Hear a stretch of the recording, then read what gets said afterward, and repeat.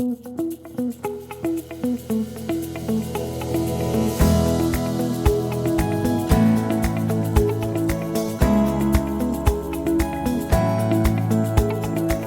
Allison. Hey, Susan. Happy New Year. Happy New Year. Happy 2026. I know, even though this is our February 1 podcast, this is the first time I've seen you in 2026. So I hope you had a great holiday season. Did you do I anything fun?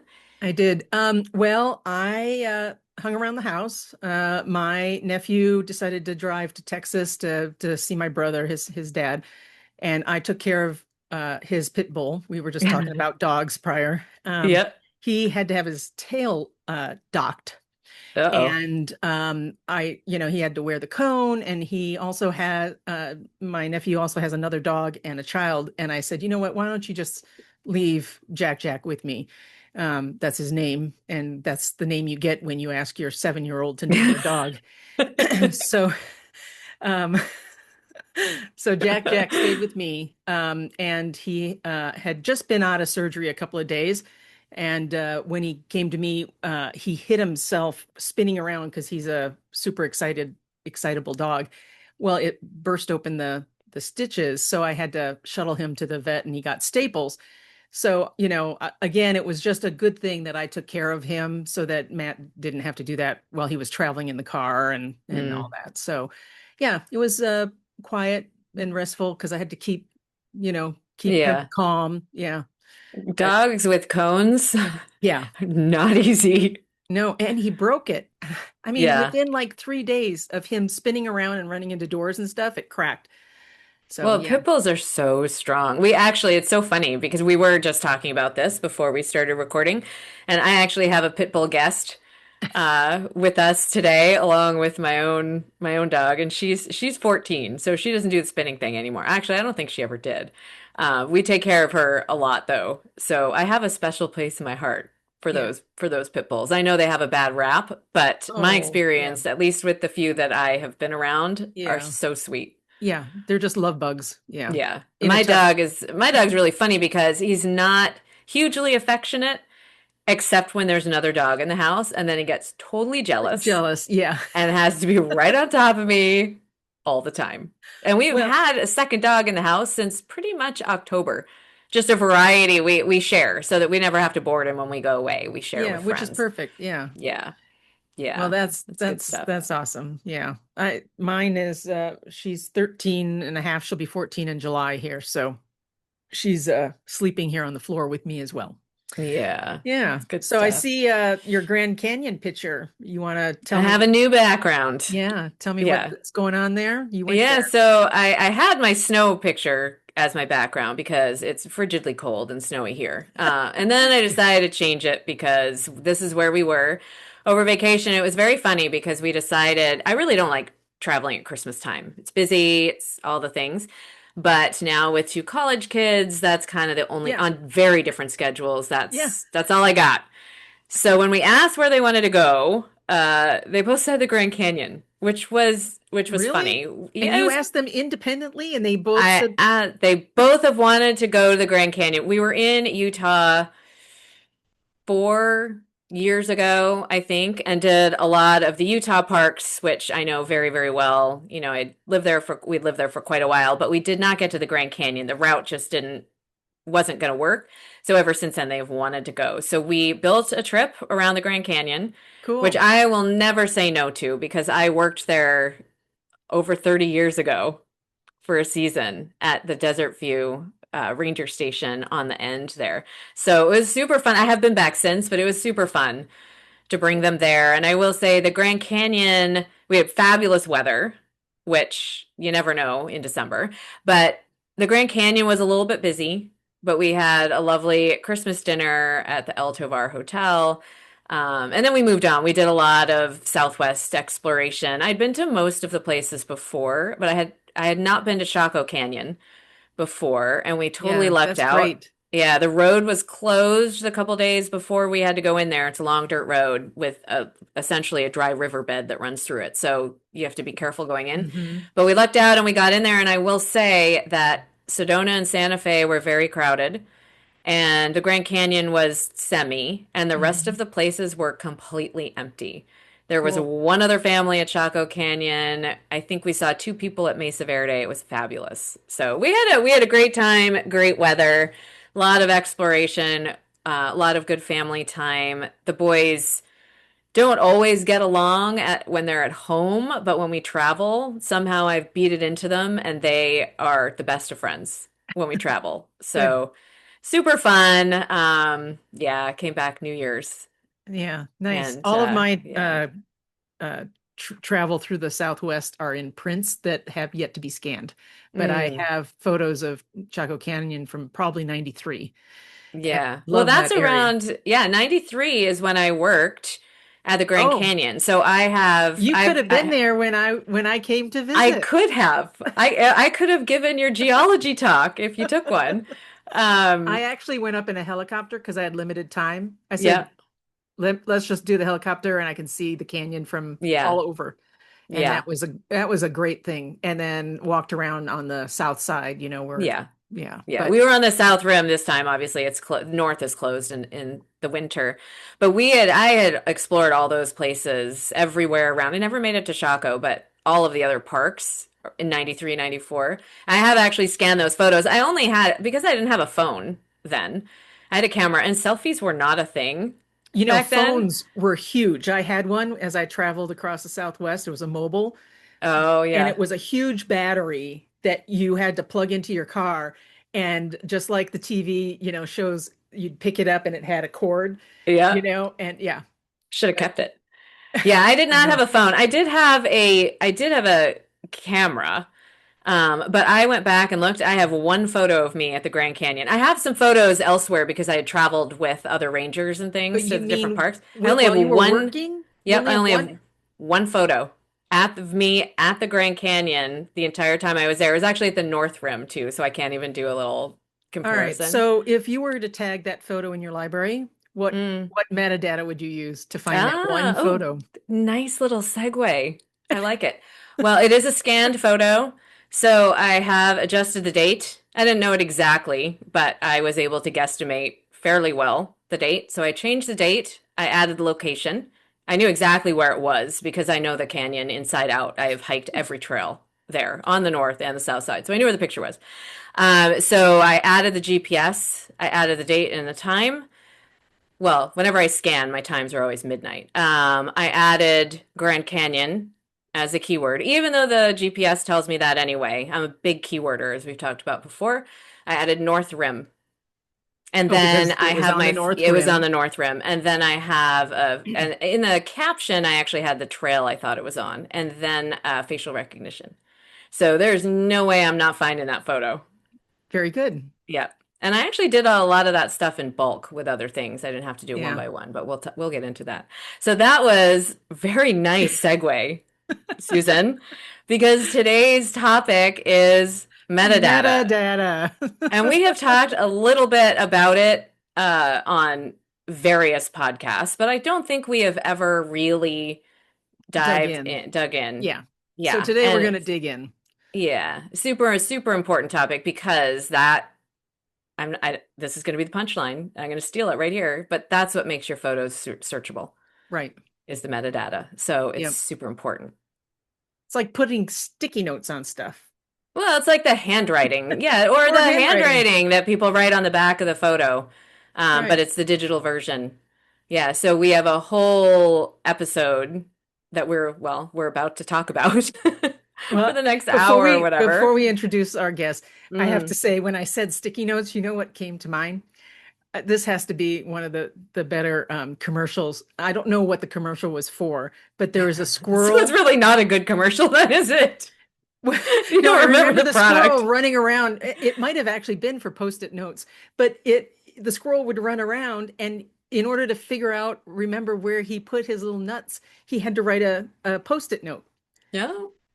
So, Yeah. it was kind of cute here in the forest. You'd see all these little Post-it notes to remind him where he left his nuts in the Okay, that's forest. funny. So It had to have been a post-it note. it had to I be mean, a what else Post-it would it note. be for? But so Yeah, when I that's said Post-it funny. notes, I went back to the squirrel. Squirrel. That's funny. Yeah. That's funny. I will say I never remember what commercials are for. So that must have been a good one because you can actually probably pick it out. Anyway. So yes, today we're talking about metadata, and we have pulled in another one of our very, very smart colleagues who I always love talking to and picking her brain. Yes. So we welcome Ana Carvajal to our show. And I think I just mispronounced her name again. No, no, you No? did Carvajal. Okay. Am great. I okay? Okay. You are good. I'm So like, thank you for having me in your podcast, which I love, by the way. Thank And you. now I have vacation envy as well. well, it's funny, Anna, while I was talking about that, do you remember we were talking a couple years ago? We were looking at some other software, and I think I had called you and said, do you use that? Whatever it was. And we discovered, I don't know if you remember, but we discovered that we have some of literally the same photo Yeah. books because Yes. we took a template from Shutterfly's books that were probably made 10 years ago. We've learned a lot since, but we used the same template. And I think it was the same location. I think it was Italy or something. It is weird because Allison and I have a lot in common, right down to our family room coffee table. Yeah, that's right. We both have, it's weird. And we sometimes travel at the same time, like when we were in Machu Picchu, you were in Ecuador. So, Yeah. and it leads into photography, which is a great topic, and that leads into metadata, which we're here to talk about. And so I'll start by introducing myself. So my name is Ana Carvajal. You did well. I didn't do that well, but thank you. And I am the owner and founder of Posterity Pro. We've been in business for about 5.5 years, but I've been doing this for a long time. And actually, when I sold my prior business and I was trying to figure out, I want to do something that is fun, something that is creative. I've been teaching my friends and my family how to organize their pictures for years. So I thought, maybe this is what I'm going to do as a business. And that's how Posterity started. And, I have loved it because I get to meet wonderful, interesting, smart people like Susan and Allison. Now you're just buttering us up. You need to be nice to me, right? That's That's okay. We'll call it like we see it. Don't worry. I'm here. And you are based out of DC, right? And I'm looking at yes, the I'm cherry based. blossoms behind you, which are clearly not in bloom at the moment, but No, this is wishful thinking. I yeah. am right outside DC in Great Falls in Virginia, but it takes me a half hour to be Mm. downtown. And Wow, nice. yeah. So, when you say this, how did you transition your interest from your other company into this company that you have now? When you say, what were those skills that you brought over? So my skill set for my previous company, which was a trout farm, didn't really translate very much Oh, into my current business. oh, okay. However, in a previous life, I used to work for Sprint International, Oh, and okay. we rolled out software. And a Oh, lot of that had to do with data, right? How do we find things? How do we, clients like Citibank, they're open a trouble ticket, you need to find. So I was really entrenched in the world of metadata, not really knowing what it was back then, oh, rolling out, okay. systems around the world.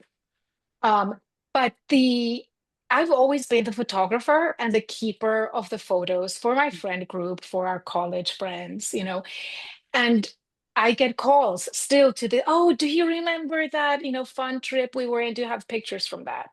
So I have in my own personal collection about 130,000 photographs that are perfectly organized, but perfectly, right? Of course. Organized and tagged. And I love metadata for exactly that reason, because Mhm. you can search. It makes your life so much easier, when you want to put together that photo book, when you want to share that photograph because it's some, a special date or something like that. Yeah, it's actually easier now. So we had started this by talking about scanned photos, but it's actually easier now. When we were on this last trip, I was tagging things as we went. And I actually now already have the group of photos that's going to end up in the book. Um, Yeah. but that's sort of getting ahead of ourselves a little bit. So we are going to start with the basics. And can you talk to us about what actually is metadata? So thank you, Greeks. The meta, right? That word, it means behind, something that is about something. So metadata is really data about your data. In our case, our data is usually a photograph, right? Photographs are bits and bytes. And so that is data. Our metadata talks about that particular file. So it can be things like file size. This also applies to things like Word documents or Excel. Anything can have metadata, right? Because it's the data about that particular file.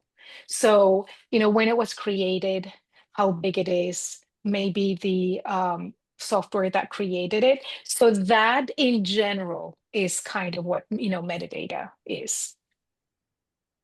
And then do you want to talk about EXIF and IPTC? Because, we see sometimes these options to, if you're looking at an image and there's a tab and it'll say, it'll separate out those two things. So what makes those two categories different, IPTC and the EXIF? And that was so confusing for me at the beginning. Mhm. But it's really not. So I actually cheated and wrote down EXIF and what it means because I always mess it up. So EXIF is the exchangeable image file format, and it is basically generated by the either the camera or the Mhm. scanner, right? We scan a lot of photographs, so it generates the date, maybe aperture, all the things that have to do with the particular device that generated that image. Whereas IPTC is the International Press Telecommunications Council, and this is what is about the file. So there are things like your title, your caption, anything, who created it, any permissions, copyright, things like that. Those are things about the file. And a lot of, maybe some software, and I work a lot with Apple Photos, they don't display every No. single field. And so Yeah. that's something you need to be very aware of metadata. Sometimes you don't know what's in your files, Yeah, I or don't even think if the in Apple, I don't think Mhm. they clearly define the, no. the data, but some of that data is presented if you do Command I on a photo, or Mhm. you're in there and or you swipe up if you're on your mobile and you Mhm. swipe up a little bit, you Yes. get those details. You get the camera, the lens, the date and time and things like Yep. that. Yeah. So The aspect ratio. yeah, Yeah, unless you're a professional photographer, for most people, it yeah, doesn't really like the difference between the different categories does not really matter. If you're a right. professional Mhm. photographer, it does because you're paying much closer attention to the settings you were using on the photo and specifically the copyright and making sure your name is embedded. So if anybody has ever gotten photos from a professional photographer, maybe a family photo shoot or a headshot or whatever it is, they will often embed their name and their copyright, and that's what the IPTC is. They will embed Yeah, that into the file, and a lot of times you cannot change that, which is good. Because I actually find it Yeah. super helpful as a photo organizer because sometimes we've had to go back to the photographer and I can look at the photo and find that. But then there's that sort of additional fields that we can add and that right. Mhm. we can change on, and different software. Sometimes you can change some you can change all of that. But I think for our purposes today, probably doesn't matter so much what the different fields are called because they do get mixed up. Yeah, Oh, it just absolutely. it depends on the Yeah. software you're using, but Yeah. in general, the EXIF data is created on the fly when a photo is Mhm. when an image is taken, and the IPTC, the only way information would be added to that file is by a person doing it. Hmm. So that Yeah. is a manual process. So one is kind of happens on the fly, you can't control, and the other one you have to put in your information and embed it in the file to make that copyright um, Yeah. statement or And And some whatever. of even it, though oh, go ahead, so Anna. So even though sometimes different softwares have different names for each Hmm. field, Hmm. every field is searchable. So even if you don't know, like let's say some of them have, do display a title, some softwares don't. But if you have that metadata embedded in that file, it becomes a searchable field. Hmm. And so one of the things that I tell my clients is it's the data that travels with your photo when Hmm. you share it, if you choose to do so. Right. Yeah. Well, it is searchable, all of it, but it does depend on what program you're using. Hmm. You Yeah. know, in Google Photos, you can't search by some of that. Well, you can search. We just don't know underneath that search what it's searching on Right. per We don't know se. what it's Yeah. Yeah. looking at. We don't Yeah. know the algorithm or If you have captions that you've added and you upload those photos to Google whatever. Photos and you do a search within Google, it's not going to find them. No. And I don't think Apple will search all fields Right. either. Other Well, software will search everything. So it just depends. You really need to know your software that you're Mhm. using to know which fields are actually going to be helpful for you. yeah. And the thing I found kind of frustrating is you can't do the same tasks with every piece of software either. So when I'm on my phone, if I wanted to start keywording my photos, I can't do that on my phone. Mm. You can only use a title or description. So they kind of, kneecap you. So you have to Yeah. actually do some of that with the desktop app. Well, again, it depends on which program you're using, though. I mean, for Right. And most that's what I programs, said. that's It true. depends. Yeah. Yeah. Because like with Mylio, you can add keywords on the fly Yeah. on your phone. You can't do that with Apple. And with Google, there's not really a place to manage your keywords. They don't even give you that. Yeah. They Yeah. don't talk to each other. Software, Oh for yeah, no. example, I take pictures on my iPhone and they are transferred directly to my Lightroom catalog. Hmm. But if I have written a caption, like sometimes my kids will send me pictures with a funny caption, I try to capture that in the caption field. That caption field does not travel with the picture when it's imported into Lightroom. Yeah. So, From we have Apple, right? from Apple, Yeah. yeah. So we have that problem where nothing is standardized, and on top of that, software doesn't talk to each other in the same language. Right. And I haven't really used Lightroom in the cloud. I primarily use their desktop software. Mhm. But one client mentioned why they wanted to get into Mylio was because they had, progressed from a desktop catalog with Lightroom to then their cloud because they wanted it on multiple devices and everything. And then they worked really hard to put data and update and do facial recognition. And then when they wanted to move to another piece of software, they couldn't get that out of the cloud. I was Yep. like, oh my God. Yeah. Yeah. So I guess the first big takeaway from today's podcast Is is no. know what your software can do. But this also gets us to the next question is where is this stored? Because where is the metadata stored? Because you have to know that in order to understand what your software is doing with Absolutely. it. Correct. And like for those of us who still carry a camera around, Allison, I Mhm. see you. Yeah, we all of us do. And Yeah. Susan, yeah. Yeah. It you usually we capture images in RAW, right? Mhm. And depending on the camera that we use, so RAW, every manufacturer has their own proprietary raw files. And so, like for me, I shoot with Fuji, and I had a really hard time with Lightroom because Fuji and Lightroom didn't really work very well Mm. together. So, raw files have that sidecar. Every time I talk about a sidecar, I think of those old motorcycles, I with the know. big glasses. My data's traveling right there. And what if it's really windy? Is my data gonna blow away? So that's That's Does a it great have a helmet analogy. on? If it's got a helmet on, maybe you're okay. but that's the analogy in terms of compatibility, right? When you have that sidecar, it becomes harder for those files to be compatible across all softwares. So that's why I usually, instead of having my metadata live in my little sidecar, you're not I going to love that. unsee that if I you. know. I have this image now of Anna Yes. in her camera in the little sidecar XMP files sitting in the little anyway. Right. Yeah. And so I'm gonna have to I do an put AI image for that. make sure that my hair is blowing in the wind. So in order to avoid that compatibility issue, usually I turn all my raw files into DNGs, which basically kind of bakes that metadata Mhm. into one particular file. Apple also stores them, when you import your raw files, they also store them as a sidecar. And, sometimes people export and they have all these, they're like, Mhm. what is this, right? Right. These files that I don't recognize. Yeah. So know your software. Yeah. Well, Yep. raw files, not just Fuji, but just to make sure it's clear, raw files you can never embed any Hmm. additional metadata ever. They will always, no matter what camera. I have a Sony, Susan, I don't know what, do you have Nikon. Canon? Oh, you have a Nikon. Yeah, So Yeah. it I'm a doesn't matter Nikon. what you're using. If you are shooting Mm. raw, none of them will embed the metadata. And you will always see, as soon as you change anything on that file or think you will see that sidecar. And usually they're .xmp files, which are these little tiny ones, and don't delete them.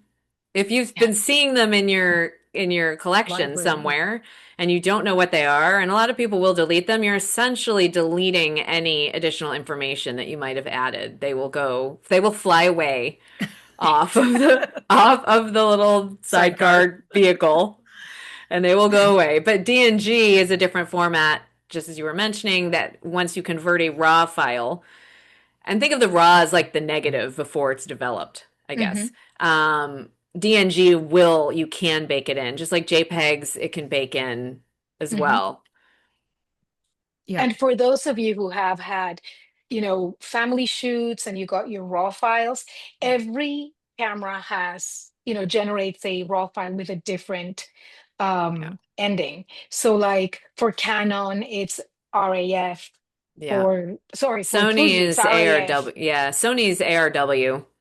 NEF for Nikon. Yeah. Yes. So it's, and if you have in your Canon is collection like from CR2 or something. Yeah. CRM, Oh, which CRM. Zero. Okay. which means something totally different to us, right? Yeah. It's like No, client yeah. management system. Yeah. So Although most DNGs, professional yeah, photographers don't send the raw files, they'll send No. JPEGs. In fact, I don't know any yeah, professionals that will send you the raws. Yeah. Yeah, because but that's Because they're their like yeah, undeveloped. It's like, yes. it's just giving you the the, basis before you've, made it look. Because actually, it's interesting when your camera, like when your iPhone or your Android takes a photo, it's automatically developing it. It's fixing the color, it's fixing the exposure, it's making it look pretty. You just never see it on the back end. When you're Hmm. shooting raw, you make all of those decisions. So you put it into your software and decide, do I need more saturation or color? Does it need more exposure? All absolutely. of that. Yeah. So raw files, a lot of most professionals use raw. I use it when I do bird photography and stuff because Hmm. I need more control because usually always the lighting is terrible and I need to fix it. Yeah. And the raw files usually look to the naked eye, they look flat. Yes. Yeah. There's no, Unprocessed. Yep. yeah, Yeah. yeah, Yep. And they're big. They take up a lot of space. yeah. But I have found with some of my clients that they have received maybe from a friend who went to a soccer match and took pictures in Mm, RAW. yeah. And they're like, what is this NEF? Because I'm used to JPEG, Right. right? And Oh, so if you ever see that, Yeah. that's what it is. The person sending them did not do the recipient any favors. You No, never want to send a raw file. I don't send raw files to anybody. no. Other than maybe my sister-in-law, because she is so much better at photography and editing than I am, that every once in a while I have a photo. I'm like, please, at this, I think could be great. Please fix this for me. But yeah, I would never, even when I used to shoot the kids' soccer games or fencing tournaments or whatever, I would shoot in RAW. I wouldn't do a ton of editing. I do a bulk edit Mhm. on them, but I would send the JPEGs because nobody wants the raw, and they're big files. yeah. They're big Yes, files. yes. Yeah. Yeah. The camera that I shoot with is for birding and stuff is a D500. And I can't remember exactly how big they are, but they're over 40 megs. And then the Yeah. camera I use for camera scanning is 45 megs per pixel Yeah. per file. Nobody Which Yeah. needs a file that no, size. it's huge. Now Yeah. DNGs, once you convert them, they do I don't know, does it keep it about the same size? I can't remember. I Or think it's a 40 to 50% less. okay, 50% less. Yeah, that was it. Yeah, 40 to Yeah. 50%. yeah. Yeah. They're still really big files though. Yeah. really big files. Um, okay, so now that we've gone down that little side route with our little sidecar, I guess, yeah, just don't delete those files. They're usually Yes. .xmp and they're usually the same. They'll have the same name. So if your file name is img57, if there is a sidecar, and now I've got that image in my head, it will be img57.xmp. Yeah. So Mhm. they'll line up if you look in your Yeah, they'll Windows be right next Explorer. to each Yeah. other.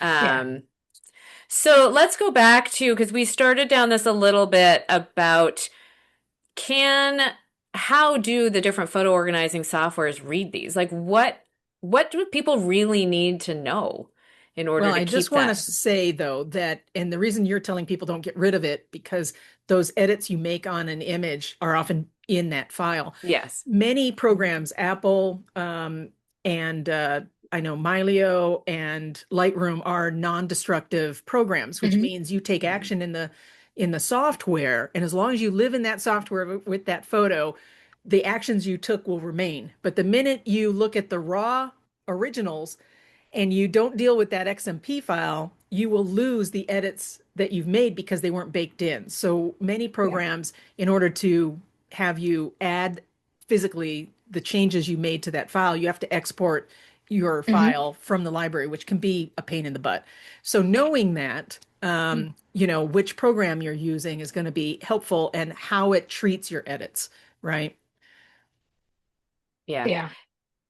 I mean, Apple will bake it in. Apple, you will never really see that. And by No. non-destructive, it essentially means, you've made these crops and whatever, and then you can always press a button and say go back to the original. But you'll never see it on Apple. And anytime by export, it's really anytime you send it by email, text, download, any of those things. Hmm. The And recipient that will get the file. goes also not just for metadata, but anything that you change to the image, right? Yeah. When we work in Lightroom and when we work in Apple, which are, the two softwares that I use the most, Yeah. what I explain to my clients is every action that you take is written into a catalog so Mhm. that when they display this photograph for you, they are going to display it with all those changes. But the original never changes. That's why you can always go back to the original. If you want to save it, if you want several versions of the same photograph, you need to export it to bake those changes and then Yeah. bring that back into the software. Yeah. Yeah.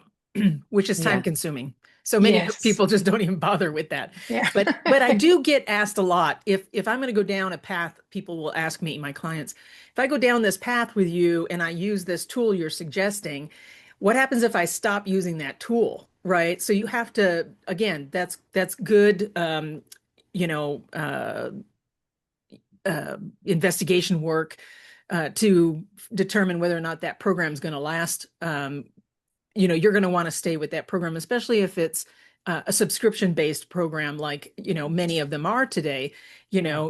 What happens when I stop paying? Can I get to my photos? And a lot of people, they may not ask those questions. So before you begin this path and you're going to put your whole library in there, maybe, understanding how it uses Yeah. the metadata would So be one of the things helpful. that I've told my more sophisticated clients is usually when I have an Apple client and they have that exact same question.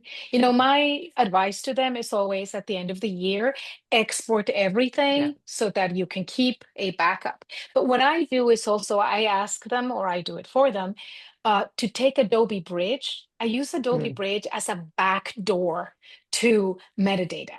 And I want to go in and see what do they display, because now I will know Yeah. if the fields line up with the information that I have added, and are those fields actually readable and displayed. And at least I know now that I have two software programs that can read that metadata, because I have found that sometimes the field that we've been using just for some reason doesn't display. And it doesn't even mean that it's not baked into the file. It's just that that's Mhm. software. So we want to make sure that if you're going to make the effort to do all this tagging, that you are going to be able to retrieve this information and be able to use it, and that you make it as agnostic. I mean, this is, as possible. It is almost impossible because, like we said, nothing Hmm. is standardized. But efforts to make a photograph and its information agnostic will go, far in terms of being able to maintain that information that you so carefully added. Yeah. But just to be clear though, you can't use Bridge to look at your Apple photo library. You'd No, have it's to, when No. you export. yes, okay. Yes. Yeah. Or Yeah. prior, Like, before you're putting it in to yeah. Yeah. your library software, whatever you want to use. Yeah, Yeah. okay. A bridge is Yes. great. And I can't remember if we've talked about it before, but it's free. It's free. Yeah. So You just it's need to super create an handy. Adobe ID with them. Yeah.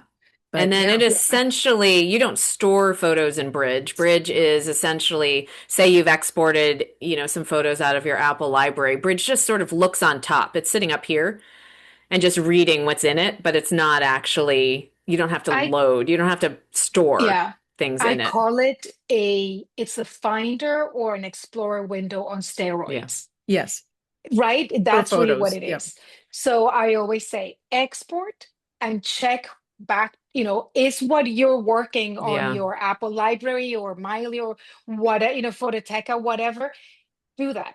Export and see if the data that you have been putting in is showing up Yeah. and is showing up correctly. So that's one of my checks that I Yeah. use. Yeah. Apple's pretty simple because it's very controlling. Mhm. So it only lets you do certain things and different things on your computer versus your phone. But for example, you can add a caption, but you can't get into some of those other fields that we were talking Mhm. about. But you can add a caption, you can change the date, you can add GPS, Yep. you can, a few Tag other things. people. Yeah. You can tag people. Actually, what's interesting is so if you, Keywords. Yeah. yeah, you can add, well, you can add keywords on your computer. You can't Yes. add them on your phone, but Apple will search all of that the same way. But it's Mhm. very, very good advice that if you want to go down this road and start adding captions and things, that do a few and then export it from wherever you are and look at Bridge. Because Bridge is a pretty Mhm. good indicator, Yeah. and can you see the fields that you just added? Because there would be, well, a lot of things worse, but it would just be horrible and just so frustrating if you went down the road and you tagged 1,000 or 10,000 photos with information and then discovered that nothing can read it. And Right. I'm, Yeah. like if you go ahead and add captions to your Google photos, after they're in Google, like you're looking in Yeah. Google and you add a caption, guess what? It doesn't go That's anywhere. It's it. only in Google, which is, Google's Frustrating. tough because Yeah. even if you add captions before it goes into Google, Google won't read them for you. So that's sort of a special side. We could have a whole episode probably on dealing with that. But on other software like Apple, Mylio, Forever, Lightroom, you can add that data and export it, and Bridge will read it. Yeah. Yeah. So the in most programs there's an information icon and that's where you would find this data. If you're on your Mm. phone and you're in Apple Photos, you just slide up when you're viewing, when you've double clicked onto a photo. In all the other programs, there's usually a metadata or keyword panel Yeah. that you're looking for or Mhm. window. So that's where you would start to look for that and figure out where the title or description or caption fields are. Mhm. Yeah. So I know we also have to deal with video on occasion. And so Anna's laughing, no video. Video is It- really tough. Yeah. it's In really some ways, tough. it's exactly the same thing theoretically, Right. right? But But it add a doesn't layer behave. of complexity because not every program is going to allow you to make the those edits into the video directly.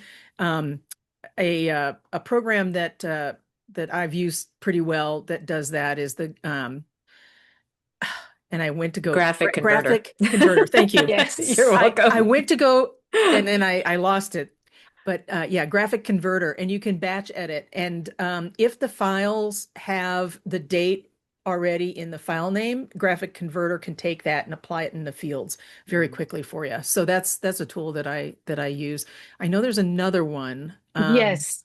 The Better Finder The attributes. attributes. Okay, That's thank you. what I Yeah. use. Yeah. Yes. Those are both Mac programs. Yep. Yeah.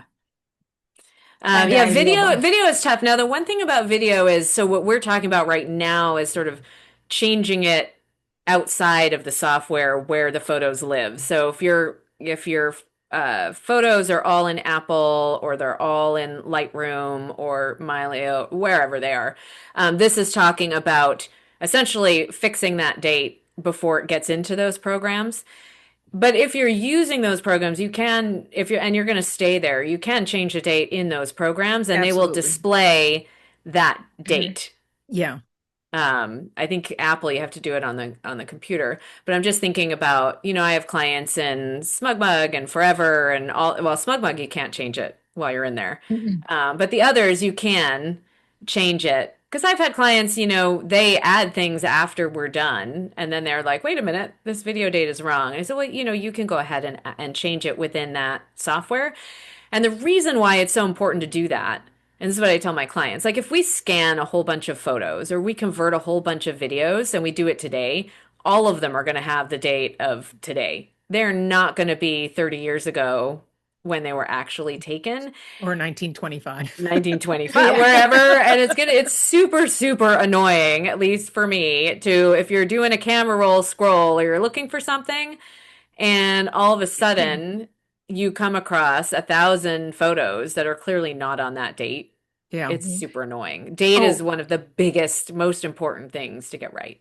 right. And there are maybe 7 different types of dates, which is Oh, one yeah. of the thing that, when we talk about metadata, is so confusing for people because you've got your creation date, your Yeah. modification date, your digitization date.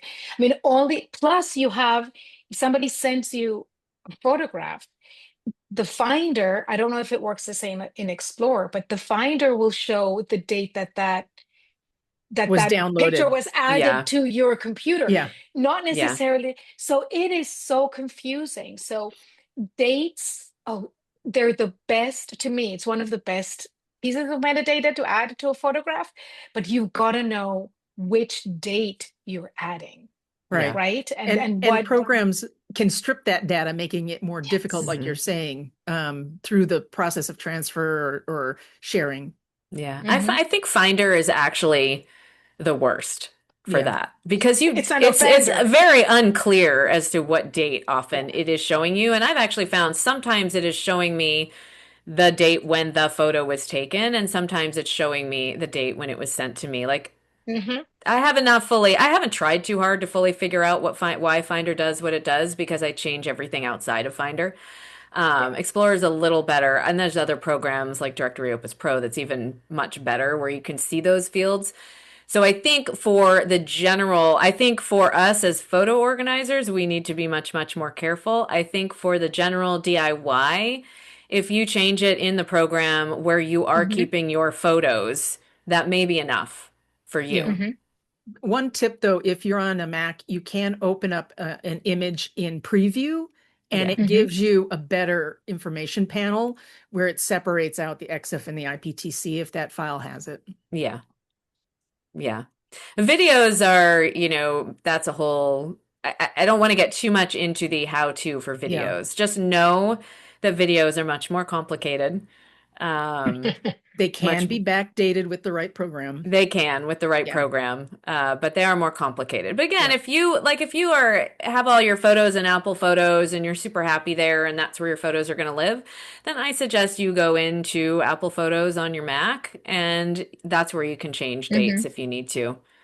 I don't think you need to be quite so worried, like we always are, Yeah. about And getting they that only right. give you one option for date, Yes, right? yes. So it's So not confusing. that's exactly. So that's the one they're going to be using. Yeah, as I mentioned, they're very controlling, but sometimes that really does work in your favor because you Yes. don't want, I mean, what would you do if you're, a general DIYer and you're listening to this and you're like, oh yeah, now I'm going to definitely go and change those dates of those old videos that I've got. And you get in there and you see 16 different fields. Yeah. Then you're going to come back and be really mad at us because you're not going to know what to do. In Apple, there's just one. Yep. So just change it there and you're good. So Um, I would like to get into, because we're kind of talking around the subject. Can we talk like, Anna, how would you describe, you know, let's get into the meat of adding keywords because you want to have that um index in your Hmm. head so that you're consistent. Yes, Consistency in, consistency. oh my gosh, in keywords is so important. And what I mean by that is if you're going to capitalize mom or Mhm. her name, you're going to want to continue to do that. Otherwise, you're going to create multiple keywords and not all the keywords would be used on the same photos. So you're going to get just a jumbled mess. Mhm. So how do you approach that Yes. with your So I, taxonomy, I think is what they call that. yeah, for me, so I do a lot of coaching for people who are doing their own photographs, and then I have my own. So I've developed a very strict set of rules because, like Susan said, consistency Mhm. is key. And just quick example of when you're not consistent, I used to tag these really good friends of ours as family and not friends because they were like family. And 10 years later, I'm trying to do a video for a funeral and I can't find them under friends.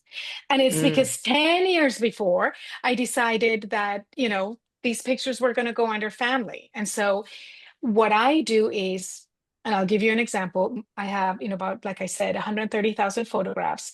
I have 25 keywords that can allow me to search the entire library. This is not people's names, these are general keywords, right? And I tell people you cannot be so specific or you're going to go crazy. So, my number one rule is a keyword has to live in time. So, for example, vacation, you're going to have many Mhm. vacations over time, but maybe you just go to Italy once. So, Italy shouldn't really be a keyword if you have a huge collection. But Italy can go into maybe the title field, which, for example, Apple does and Lightroom does. I love keywords because I don't think AI is there to really help us search at a granular level. And AI doesn't know what favorites do you have? AI doesn't know, Mhm. right? There's a lot of photographs talk a lot, they speak to us sentimentally, and AI is not going to pick up on some, things No. like that. So I do, I tell people the basics, tag your birthdays, special celebrations.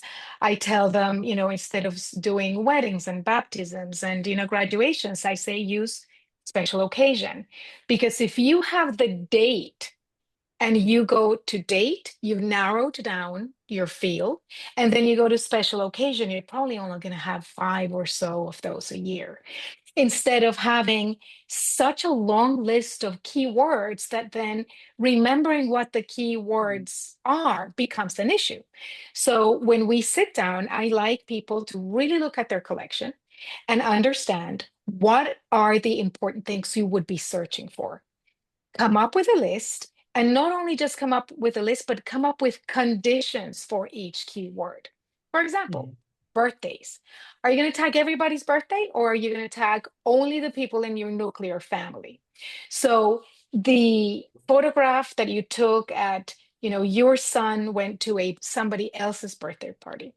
If they were a participant at that birthday party, are you going to tag it with birthday, or are you only going to tag with birthday little Tommy's own birthday and their birthday party? Right. So metadata makes sense when there is some homework done before, because you cannot, garbage in, garbage out. Right. If you're going to want to be able to find something, you need to know what you're going to search for, Right. if that And to makes that sense. point, some people get so specific that it is counterintuitive because Yeah. if I have a keyword, because keywords can be one, two, three, four word combinations, and they're Hmm. usually separated by commas. That's the structure when you're working in the keyword field. Okay. And so to your point, if I'm tagging Tommy's photo where it was Tommy's birthday and I say Tommy apostrophe S birthday, comma, as the keyword, Tommy's, birthday, that comes up differently than just the word birthday, comma, Hmm. searching on Mhm. Tommy. Correct. So, Yeah. what I try and teach my clients too is that you want to start from the broadest keyword of who, Hmm. what, when, where, and then then dive down and become more specific if it's helpful to you to find that photo. So for example, lots of people have photos of anniversaries or graduation, like you said, or birthdays. So those are the words I use. I don't necessarily do 50th anniversary Hmm. or Tommy's birthday, right? Because Yeah. now you're creating more specificity that's unnecessary. And it is the combination of keywords that is power, Yes, right? graduation, Susan, Yeah. Exactly. I Michigan, do whatever. artwork, Yeah.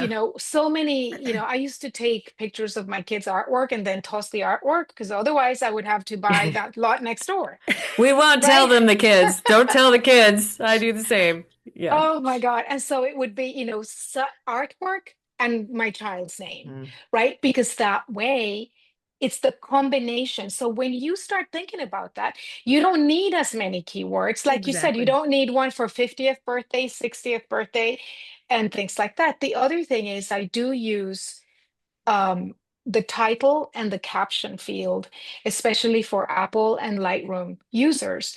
And I tell them, because you've got to be intentional about what you add to these fields. So I always ask them to think of an address where the file name is your number and street address, right? It's unique. Nobody else is going to live there. The title, and that's unique because the file name has to be unique or should be unique. The title, I always say, can be a little bit more general. So that's like the city name. So that could be uh, Grand Canyon 2025, because that can go into a whole set of pictures. And then in the caption is like the country. You can toss a whole bunch of information in the caption. You can write a story if you want. So I tell, when it comes to metadata, you've got to really be, like I said, intentional in terms of what you add and where. And consistency is Consistent. key. Right. Oh, This is absolutely. this is fascinating because I do it completely differently. Oh, I want to hear this. Consistency is the number one. If you come away from this discussion with anything else, it is consistency. So you listen out there, listen to all the things that we're saying, but then write down for yourself what makes sense and follow that recipe every single time. Yeah. Because otherwise you will literally forget. You will do all this tagging and you'll forget what words you used. And Right. that does you absolutely no good. But it's interesting. I never use the title field. Mm. The very, very, very rarely. Every once in a while with some genealogy things, I might, but I don't use it. I name my files in general. This isn't always true, but in general, it's date and location. Hmm. Sometimes if it's a big event, the file name will be date and, 70th anniversary or something like that. Um, Captions for me are story only. Anything that needs more than Hmm. one or two words, that's the caption. And so I don't Hmm. actually use them a ton. Like they can add color, but I find I don't need them much. So I rely much more on keywords. And some of what I do is a little belt into suspenders because I always put the location in the keyword also, even though Yes. I Hmm. don't necessarily need it because I have GPS. And I have Yeah. added GPS to everything if it doesn't take, like But for my scanned photos, camera. it's really helpful. Yeah, and for scanned photos, I Yes. don't always add GPS for scanned photos. For my No. own, maybe, but Yes. not for clients. But I Yeah. will add Italy as a keyword. And then Yeah. I will add Rome Yes. or Okay. Milan or whatever. Um, Always. And then there's those. So when we were talking at the very beginning of this podcast, and Susan asked what keywords I used for that photo, and I had said, well, I've got facial recognition, so I know it's me. I have Grand Canyon. I have North Rim. Again, this is a scanned photo, and I did go ahead and add GPS because I knew where it was, but I will say GPS can get confused. And the reason I Hmm. add North Rim is so when I was just there in December, and we didn't go to the North Rim is closed in December, but we hiked down a few miles, and the GPS is completely screwed up on those Yeah. photos because there's a lot of, it can't read it properly. It can't bounce off the satellites right. I knew where we were, and it was not where it was telling me I was. And so I will add that location as a keyword. And then I do use, like Susan, I do use birthday, anniversary. I wouldn't use 70th anniversary as a keyword. I would Yeah. just use, because that would probably be in the name of the photo, or Right. that might end up in a caption Yeah. potentially. And then I have a whole other issue because I keyword every single one of my bird photos. And I have a general bird always, for a variety of reasons, but I will put the actual name of the bird I as would a do the same keyword thing. every I So single you time. nest, do you nest your I do keywords? not nest because Okay. I don't use Lightroom as my primary, and the other programs don't nest. Nesting would be helpful, I think. Like in Mylio, there's no nesting. It's Um, a flat list. it's a flat list, and I don't know whether that would be helpful to me or not because I tend to remember the birds' names, or if I literally can sort my library and just show me all the bird photos. So if I really can't remember the name of something, but normally when I'm using that, it's because do I have a picture of this bird already? Let me type in Mhm. the keyword and see if anything comes up. And that's usually, or show me, I'm looking for a specific, I'm very rarely going in and saying, I wonder what that blue and white bird was. I can't remember the name of it. That's not how I would use my library. Yeah. You know, I would remember the name or I'd remember where Yeah. I was to take it. But so that's interesting because I wouldn't do the sort of your top 25. For me, that's not how my brain works. So again, And I you, think it comes back to consistency. And exactly. then the last thing I'll say about that is some programs when you are adding something like a keyword, it doesn't you start typing and it will pop up and you can Yeah. choose it. Not all And programs do not that all though. programs. I said this is some Yeah. programs, and Some that is programs, super yeah. helpful. Yeah. Hmm. Apple, this would be hard because Yeah. you know, if you're doing it on your phone, you can't even get to the keywords. Yeah, you can't. And they really don't Hmm. really want you to use that anyway. And then the last thing I'll say is while you're thinking about what system you want to do, think about what you don't have to do, right? So if you're using facial recognition, you don't need to add the person's name necessarily as a keyword. Belt and suspenders, you might want to, or you might want to in case you Well, change programs. yes. But generally speaking, if you're staying in Apple or whatever, facial recognition is there. Generally, GPS is there already. Because, Um, I say adding the person's name if you face tag in a program to the keywords is helpful because if you move those photos to another program, that other program may not recognize the facial Yeah. zone that you've tagged because they don't communicate, yeah, right? So, exactly. it could be the belt and suspenders long term, but if you were to say pass on and you didn't export your catalog and somebody's getting into it and all you did was face tag in Apple, that face tag stuff may not carry over to whoever's going to inherit that catalog. So Yeah.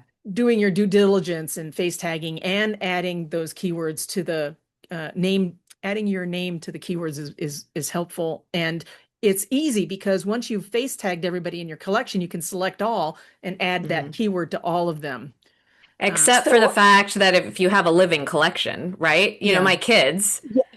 I take pictures of them all the time, And you don't right? tag them. And Yeah. I don't. Well, they get facial recognition. So what I would suggest in that situation, I have done this for client photos too, is as part of your sort of yearly cleanup. Yeah. Right? We talked about maybe once a year you export everything. So maybe before you do that, you click on a person, you select all, you add the keyword. But again, it So goes back to knowing what your program can do consistency. And and I actually do consistency. it the opposite as Susan, because so number one, in Apple, and a lot of my do-it-yourselfers are on Apple, you cannot change the file name, which is Correct. one of Yeah. the reasons why we use the title field.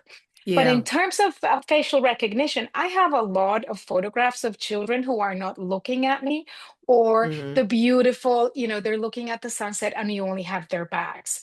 So I have, for my Yep. clients, I've set up smart folders that again only are desktop available, right? But I set up a keyword to person folder Hmm. where I ask it to bunch everything that is facially recognized for that person So then I go in and I add a keyword to all that facial recognition. Yep. But then I do go picture by picture and manually add a keyword to any document that is related to that Mhm. person, or anything like when they weren't The artwork. looking, the Yeah. artwork, exactly, things like that. Every so the keyword is actually a bigger category than the facial recognition. And Mhm. again, like Susan said, on export, now you know for a fact that you have the the information there. And then the caption, one of the things that I always write in the caption is whatever was written in the back of a card or Yeah. in the back of a Yes. photograph, right? So that Yeah. we can include that for the Grandma client. baking her famous Yes. chocolate chip recipe. Yep. Yeah. Yep. Or left to right, if you need to identify Yes. people, that I do that all the Yes. time. If people Yeah. are, there's a lot of people, except But when I you do those do, big groups, can't do it then. yeah. I actually, yeah, the big groups are an issue. I have actually, every once in a while with the big groups, I will name everybody in the facial recognition and then take a screenshot where it's showing all the names and name that and then stick that photo right next to it. But that gets us to a different issue. But I do want to make sure because what we're talking about is a lot of work. And Yes. we have a mix of people that listen to the show that are experts and, our colleagues, some of our colleagues listen and pick up nuggets here and there. But I don't want our DIYers to get completely overwhelmed and thinking, oh my gosh, now I have to go into my library with 10,000 photos and go add all these keywords. You don't. And that's why I started with, know what your program can do. Hmm. So we all work with a lot of people in Apple, which is why I think we keep using it as our example. But Apple will has excellent facial recognition, so that's one thing you can knock off your list if you're overwhelmed. The GPS, unless you're in places like, interior Grand Canyon, generally will give you the right spot if you have it on. So if you want to start adding some of this, think about really what are those things that you want to find that you can't currently find. Because Hmm. even Apple, if you type in birthday, if there was a cake with candles, that it'll It comes find up. that. But it might not find all the surrounding photos. But think Right. about that. Like, what are the big things you want to find? And if you can't currently find them, that's when you want to start adding either keywords or captions or titles, or you could mix and match all of our approaches and, whatever works for you. And I would initially write down what you're doing. Yes. Yes. Write down your keyword list at the beginning because you will lose track for Well, and some sure and programs call don't. things different, the same thing you might use a different Hmm. word each time or you might have an Yeah, s on the end sometimes and not other times like or dog or dogs. yeah, Yes. yeah, Yeah. My And turtle, which has been with us for 13 that's years, right. I is remember you. actually in there as a dog. So yeah. at some All of point, my I've pets, got. oh yeah, my dog is named my dog Loki is named. Ms. McGee, who is sitting on my couch upstairs, the 14-year-old pit bull, she's named. That all the dogs we take care of, they're all Absolutely. named. Yeah. But the thing is, the reason we want you to start a list is because some programs don't autofill that keyword Right. prompting. So Mhm. as you begin to type, they don't tell you the words you've used before. Yeah. So you're gonna, if you don't do this on a regular basis and have that set in your memory, then writing it down as a guide, again, you're developing an Yeah. index for your library. Yeah. It's And that's basically Yes. it. that's such a good point because I don't think Apple does on the computer. Mylio will, Lightroom Yep. will, Bridge will, Forever. If you're using Forever, they call them tags, but they will as well. Well, Apple offers you the shortcut keys, which is Yeah. great because you can, it'll go by a lot faster. I tell my clients, have coffee with your keywords in the morning, Yeah. right? And it's like 15 minutes every day. And all of a sudden, at the end of the month, you've got this packed library, Yeah. right? You do have to be careful with those shortcuts because I have found, so I have this is when I was doing stuff in Lightroom for certain clients, and we had to caption a lot of photos, and there were a lot of photos of like the kids' classrooms, their year end, and there's 30 kids on there, and they named every single one of these kids. So I had a shortcut for I had to keep writing from left to right. And so I had a Oh, shortcut that was just LR, left to right. Well, there was some other time where I was typing LR for something else completely unrelated, and it kept changing it to from left to right, and I forgot. And I went through and found all this, and I'm like, oh my God. I think I was writing instructions for Lightroom because I often will say LR for Lightroom. So just be aware when you're using wow. those shortcuts, be aware Yeah. that shortcuts in Apple anyway go across all of your programs. Yep. Oh, I meant the shortcuts in the keyword panel. Oh, like the Like you numbers and can things. assign A for Anna and S Yeah. for Susan. And so as long as the keyword panel is open, all you Oh, have yeah. to do is press the S, right? And the A on your. So I have a list of shortcuts for like all family members. That way you just kind of pecking as swipe through. But yes, no, those shortcuts in Apple will go I know. across all applications. Yeah. It reminds me of like years ago, years and years ago, while I was, working as an attorney, and I would write these emails, all the time to sometimes to opposing counsel, sometimes to colleagues, whatever, using Outlook. And I'm not going to say their names here. I'm just going to say it's Joe Smith. But I had, let's say it was Joe Smith, my opposing counsel, and I also had a Joseph Smith, who was a colleague. And when I had the autofill stuff turned on in Outlook, you start typing Joe, it pulls in. There were some times where I never actually sent anything I shouldn't. And then I actually had to Mm, turn it off because of the yeah, same issue, the autofill filling in. There could have been some very bad things happening yeah, there. You never want to send your yeah. opposing counsel stuff that you mean to send to a friend, just saying. Yeah. Anyways, so I think we've talked about how great metadata is for finding things. You can, once it's in there, and the stuff that's already auto-filled allows you to search really well. But Anna, what are your favorites, your things that you always add to your photos? Date. So if I'm in Lightroom, my photos will have the date in the file name. Hmm. If I'm in Apple, that's impossible. I will also in Apple add the date in the caption, just because I want it somewhere else in case the date is stripped upon Yeah. sharing or something like that. So Because when you most say of us, date, let me go just ahead. ask specificity here. Mhm. Do you just put 1998 or do you put 1998 dash January dash 02 or something?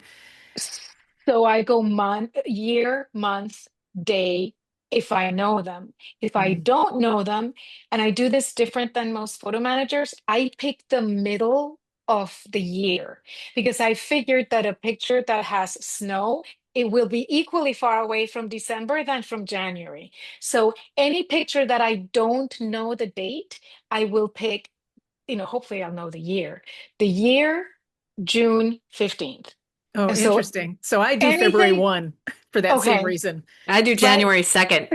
So it's like at least I know that Anna has been here because there's 25 pictures on this date, and it helps my clients know, okay, now I need to kind of change the date and parse them out throughout the year. But dates are so important because Hmm. we know at least what decade those Yeah. were in. Yeah. So date, I think, would be my favorite metadata tag, and then keywords. I mean, I think the power of keywords cannot be underestimated. And when I usually start with a client, I have a demo library and I show them this is what a library, an organized library can do. And I combine that with smart albums, which read metadata. So, I have a smart album where any picture that is tagged with the five of us in the family, it Hmm. automatically, and so by the time Christmas comes around, I can just pick a Yeah. I have picture, the same one.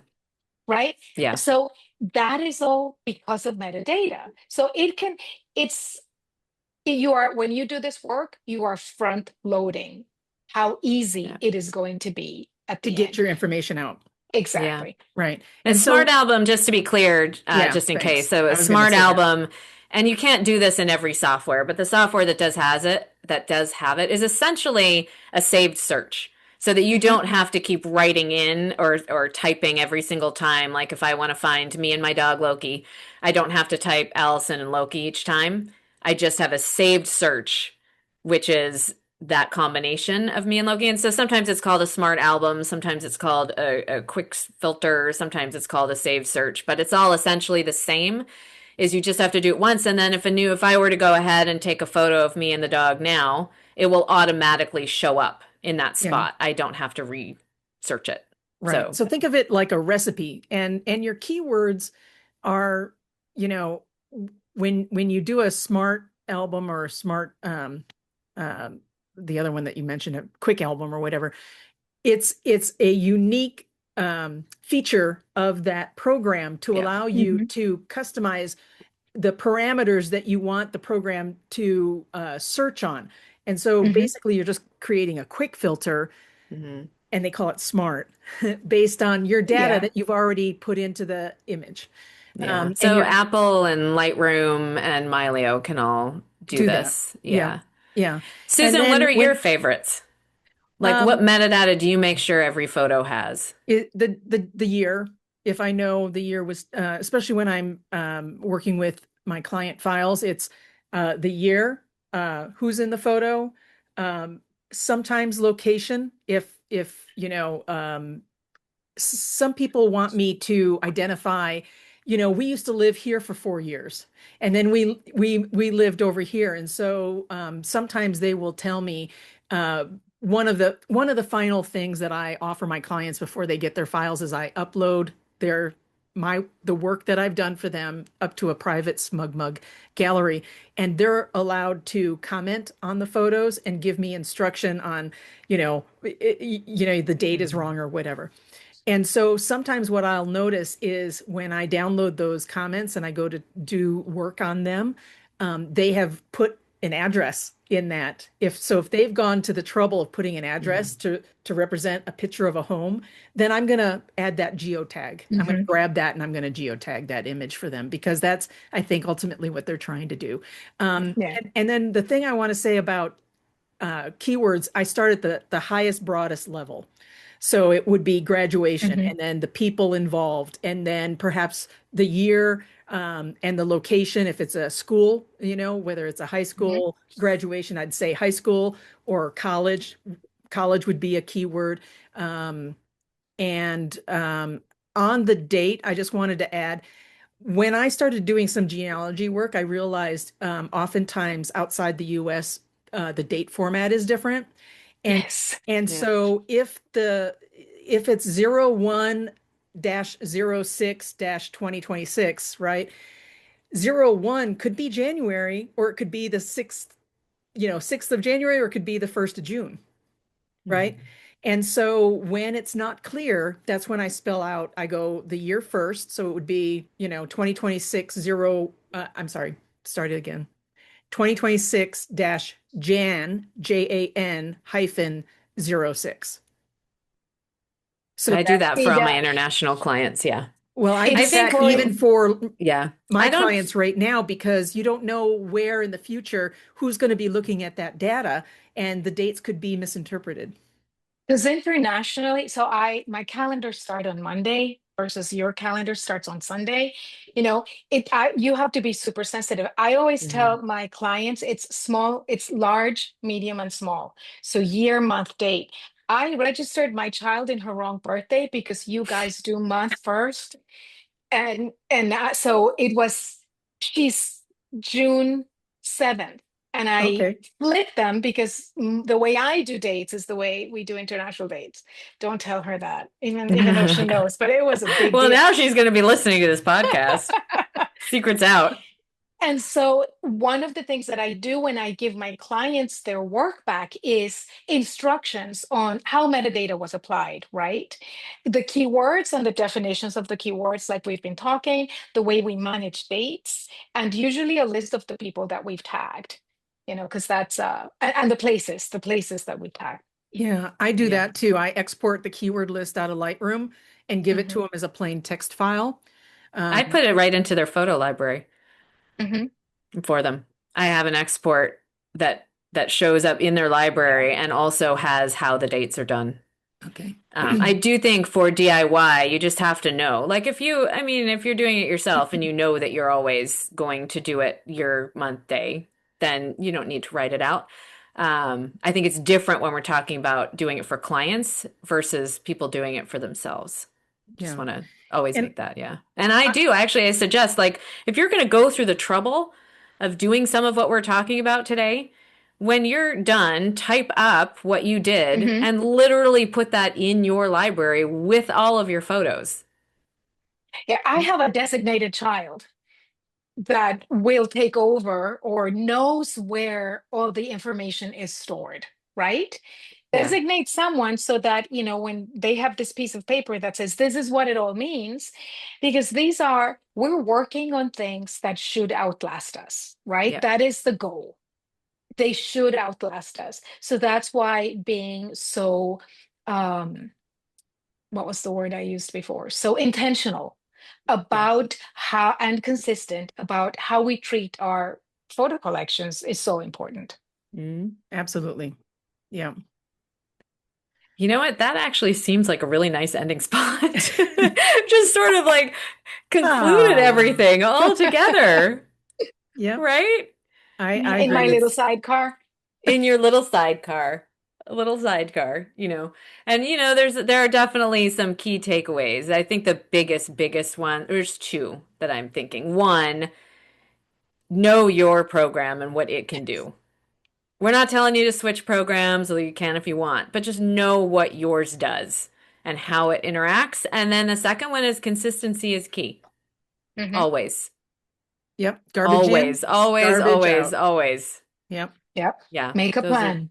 make a plan and Yep. write it down because you might forget your plan. Most people are not going to sit down and do all of this in a day.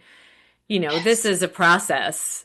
If you're doing it yourself, it's a process over time. And so you will, well, okay, if you're me, you might forget what it is you're doing. So write it down.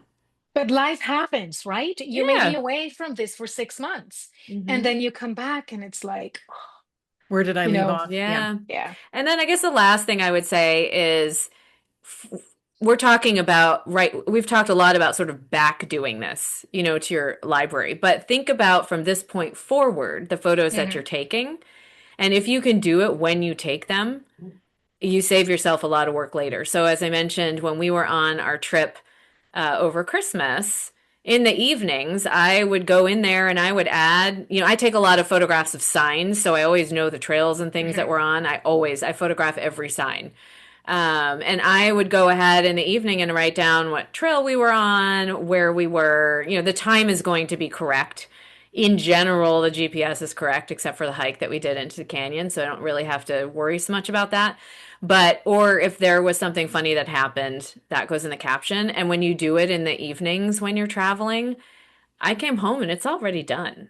Like I Yeah. don't have to, it saves so much time and it's fresh in my head while Yeah. I'm doing it. I don't have to reconstruct anything.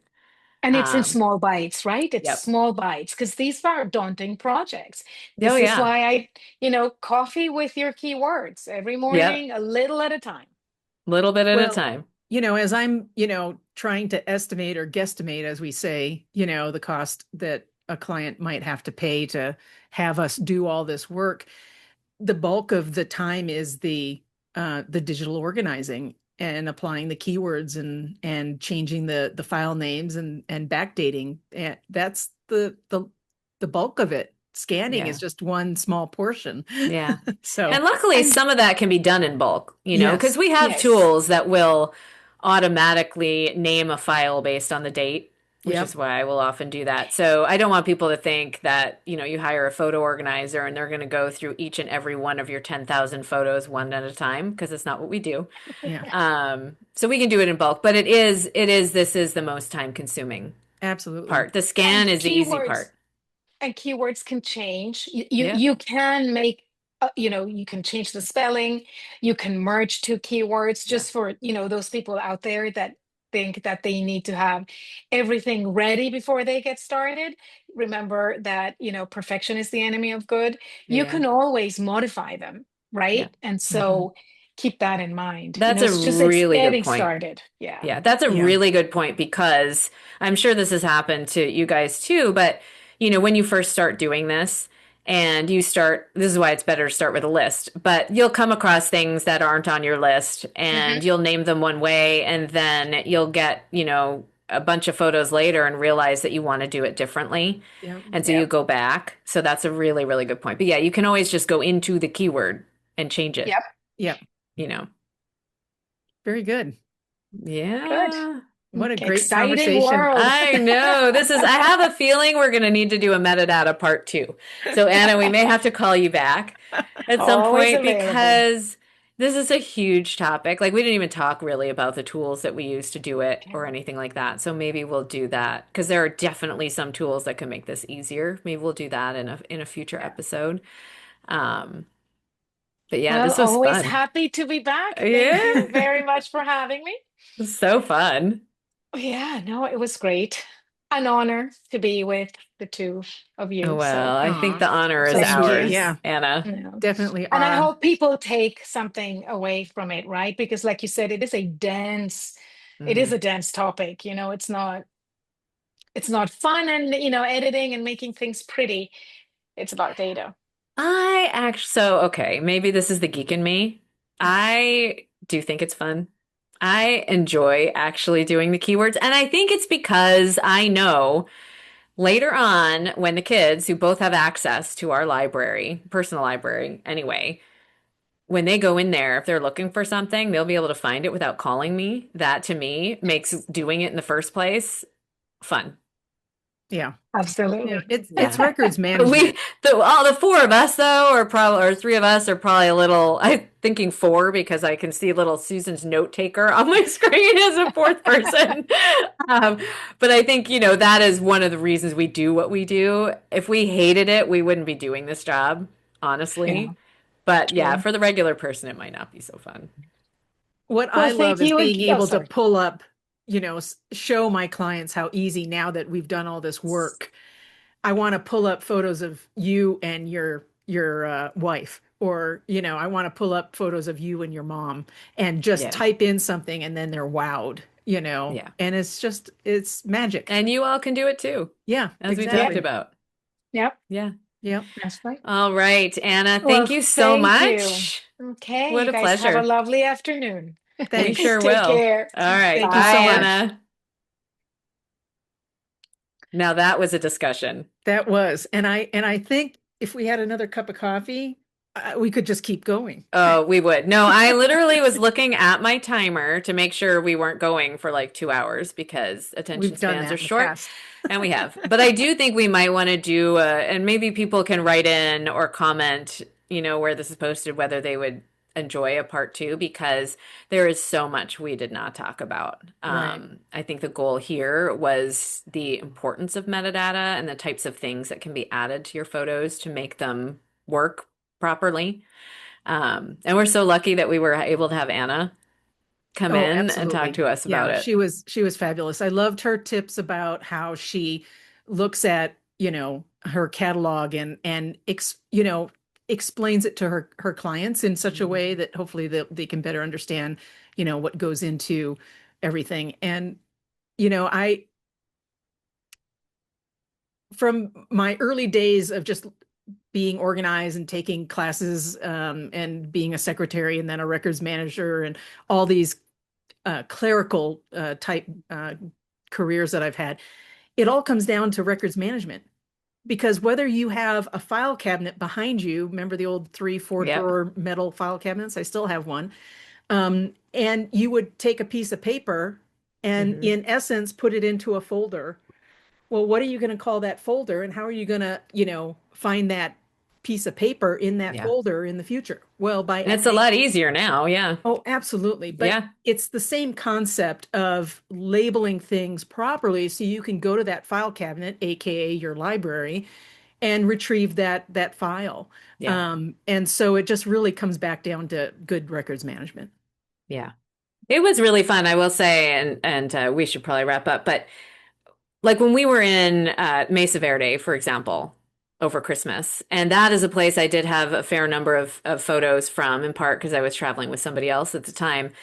And I could go back and we could pull up the photos of some of the places that we were at and see if they had changed in Wow. 30 plus years. See, that's And that was so kind of cool. Now, fun. some of those, like, I didn't know when I initially scanned them exactly which spot they were, but we Yeah. could look at them and then figure it out. And there were places actually that today we can't go into anymore. And why They're is just, that? well, they're closed off now. They're- They're just not open to the public anymore. Some of the Wow. places that we were Okay. in. Interesting. And then some were because it was winter. You know, they don't do the tours in the winter. So Okay. there were a couple that we couldn't go into just because it was winter, but we could see them from across. But yeah, there were actually quite a few places that in Mesa Verde anyway that are no longer accessible to the public. One was because of Oh. a rock fall, others for whatever reason. So that was kind of neat. But the only reason I could pull that up was because I had actually gone in and tagged them as Mesa Verde. Mm-hmm. Yeah. And that was kind of neat. I I know love that that. comparison date wise. You know, the Grand Yeah. Canyon's not really going to change the canyon itself. The buildings are very different and the stuff on top is very different. But, you know, if you're looking out at the canyon, it's going to look Right. like this. Right. 30 years ago or today, it's all the same. Yeah. But that is the power of that metadata, is to be able to Yeah. pull that up. So How yeah, fun. that was fun. That was Yeah. fun. Little bit Well, of a longer episode. I hope everybody enjoys it. Well, we And started with the Grand Canyon and we ended on the Grand yeah, there we Canyon. go. That's true. So very good. All right, All right. Susan. I Well, will another one's see in you the later. can. And we And will be back at it next month. absolutely. And we thank everybody for listening. And if you have any questions or comments, hop out to Inside Photo Organizing and .com and send us an email. I'm always curious if we're clear enough in our, Yeah. in our conversations and descriptions and we're not talking over your heads. So I do worry about that sometimes Yeah. because we are used to using certain terminology yeah, that the average person would have no reason to know. yeah. And we Um, try and explain the acronyms like EXIF and IPTC Yeah. and stuff. So we just hope that was clear and that you enjoyed it. All right. right. See you Bye for next now. time. Bye. That's it for our show today. Remember, you can find this episode on all of your favorite podcast apps.